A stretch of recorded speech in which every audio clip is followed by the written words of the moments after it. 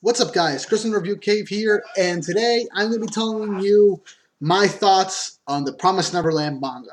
So yeah, from the title of this video, I have caught up with the Promised Neverland manga. I gave it a rest for a little while, watched other anime, started some other manga as well, caught up on One Piece like I did in a stated in a previous really long video. I'm sorry about that, but I've officially caught up with the Promised Neverland manga.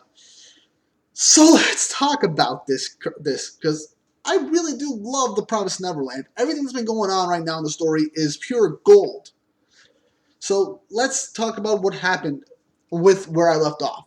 Where I left off was right after Emma made that new promise with, I don't know how to pronounce the name of that demon deity type thing. I don't know how to pronounce it. So Emma makes a new promise. She meets up with Ray back in the real world. So they race off to go to the capital to try and stop Norman from, killing the queen and the aristocrats. Take down the bureaucracy, blame it on these other demons, make it like a Civil War type deal, manipulate things, and hopefully destroy the system and make this demon world the world for the children. Get rid of all demons. While Norman and Ray end up going, Ray and Emma and Ray, sorry, I don't know what was going on. When Emma and Ray end up going on to catch up to Norman to make sure he stops his plan, Don and Gilda go with some of Norman's with one of Norman's troops and this other girl who was raised by a demon, that we get to find out, with two wolves, to go along with them to find Sonju and Mujika. Secret mission is to eradicate them, to kill them. Don and Gilda want them to help them take down the aristocrats and give Mujika's blood to the other demons so they won't have to eat humans anymore. That's a simple thing to do, because one of the main things demons need the humans is so they don't degenerate, so they don't turn into mindless monsters that'll eat anything that moves. I mean, some demons don't degenerate, or some demons can't become more humanoid, and they're stuck stuck being deformed. So after they end up doing a whole finding Mujika and Sonju, and they reveal that they are going to help, they stop the whole assassination of Mujika and Sonju. They go off to the capital to try and to help stop Norman, because Emma made a new promise. Norman and Ray and Emma meet up with Don and Gilda, while Norman is attacking the queen and the rest of the aristocrats. Everything is going to hell. The demons are starting to degenerate because of a poison Norman created. Norman and his Labda army have broken into the area, and the queen gets killed by Zazie, and things seem to have ended. Emma and Ray see the aftermath right after the queen is killed. Norman says everything, and he does technically want help, but he doesn't want to stay with. Then the queen reveals this bizarre new form. She's basically invincible. Everything that she ate, everyone that she's ever eaten, has come to the surface, and she has grown into a grotesque being. She actually looks like Slender Man. She looks like Slender Man at first. And I'm like, whoa. This is something that I was excited to see, because at this point in the manga, we've been getting more battle focus. We've been getting some more fights, because the kids do want to survive. They're using guns, they're using them weapons. We're also seeing Sonju fight. We also get to learn that Sonju is the rightful prince of the demon empire, and that he ended up protecting Mujika for religious reasons, and now he can't hunt humans. He wants to hunt humans, but by the end of this arc, he just completely gave up on it. He's like, what's the point anymore? What's the point? I made friends with them. I'm not going to kill them. I already made my promise. And I don't need to eat humans anymore. It was a big character moment for him. The queen nearly kills everybody. But then Mujika gives like a sense of compassion, a sense of pity towards the queen, because she does have this bizarre hunger that she cannot fill. She wants the highest grade meat. She wants power. She can't fill the hunger in her. She can't fill the hole in herself, in her heart, pretty much. That's kind of the message that's going on right now. Her hunger, the hunger that she feels, can't be satiated. She can't be satisfied. No matter how much high-grade meat she has, no matter how much she eats, no matter how much power she has, no matter who she sniffs out, whatever life she snuffs out, nothing. She stays hungry. And all this talk of being hungry has made me hungry. So I'll probably eat something after this video. But all that aside, Mujika saying this does make you somewhat feel bad, at least a little bit, for the queen, because she's doing this because she feels empty inside. Not like there's no point to what she's doing. She's eating because she enjoys it. She wants to become. She's eventually becoming a lot more powerful, because if you eat enough meat, if you eat enough high-grade meat, pretty much, from what I can tell, you become insanely powerful, and all of that makes you even stronger. Not to mention the reveal that some demons have 2 cores, especially if the royals. Now that was a big reveal in how she ended up being alive, after Zazie sliced up her head, the original core behind her eyes. Zazie's injured, Norman's injured, and no, everyone else is injured as well, except for Ray and Emma and Mujika. The queen ends up dying due to the fact that she pretty much, I guess she overate, and her body couldn't take all of that raw energy, the raw energy from everything that she ate, I believe. I'm still a little confused on that, but she kind of went past her body's own limits. And even though her second core revives her, nothing really. I guess it also doesn't, due to circumstances I don't remember.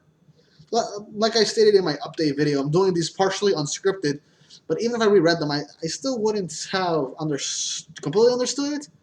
But that didn't make it any less cool to see the queen pretty much just melt and die in front of everyone else due to her own gluttony. So after this, Norman finally breaks down and says that he wants to help and he doesn't want to die, because Norman reveals that due to the experiments that he went through at Labda, he's dying. He has a sickness. He's dying. Right now, he has no idea how to cure himself, which is why he wanted to do all this quickly. That way he can make a world for everyone to live in nice and peacefully before he dies. A noble end, pretty much. A noble goal. A noble goal. I admit, Norman was, in his own way, doing the right thing for his family and his friends, for all the other children. But he lied to them, saying that he'll be with them till the end. But if they all survived, he'll end up dying shortly afterwards. But anyway, things end up happening. We would get the reveal that a royal army is heading towards the secret base that Norman created for all the kids. So the friends that Ray and Emma made at Goldie Pond went back to check on everyone, but the place was deserted. That's what they came back to report after everything that happened.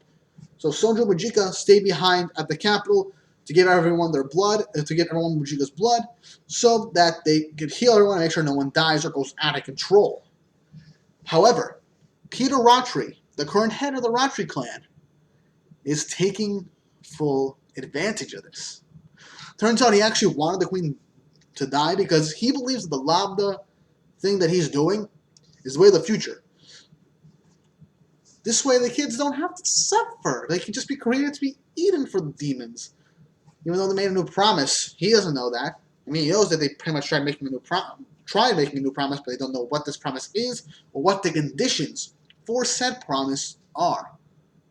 Now, I am also in the dark on this, and this is one of the things that every reader of the Promised Neverland is curious about. What kind of promise did Emma make? And that's something that's probably going to be revealed within the next coming chapters, because at this point, Promised Neverland is almost at its end. It's even been stated, through these past few years, Promised Neverland is almost done. It's ending. It's in its endgame. There's literally nothing else that they could talk about. Nothing else for their story. And I'm happy and sad. But anyway, so Peter Rattray ends up using that demon army that he borrowed from the Queen to capture the kids, bring them to Gracefield House of all places, where Isabella became the new grandmother. And since she basically was happy that the kids escaped, so she can finally just die, so you can actually die and be free of having to send kids to their deaths, she gets the opportunity to be part of Peter Ratri's new farm plan, so that she can help produce the Labda children who don't have any free will. They're just created and grown. And since they don't have to worry about like high intelligence, they can mass produce them. It's horrible. But Isabella is okay with it because she can do this, be the head of these, to be the head of these projects, get rid of all these high-end farms. Now the Queen's gone, she doesn't care about the high-grade meat, the best meat out of all of the farms. They just care about selling the kids to keep the old promise, keep the human and demon world separate, and keep the old promise where demons can take the kids so they can stay who they are. And Peter Ratri also used this conspiracy for some of the soldiers that he got from the Queen, and made it up so that Sonju and Mujika were the ones responsible for killing everybody, the Queen and the aristocrats, so Sonju can take the throne. And then the blood that they gave that saved everyone is poison or some kind of infectious disease, and start killing and executing any demon that has had this. This guy is twisted. He's twisted. Peter Ratri is a twisted son of a bitch. He has no remorse for what he's doing for his kids. All he sees is the old promise to maintain it by any means necessary, even if it means killing the kids that escaped. And now, since the Queen doesn't care about these high-end meats, now that the Queen's gone, he can just ship the kids out as they are, even damage them. And just send them out to the rest of the demons that need the meat to stay, to keep them regenerating.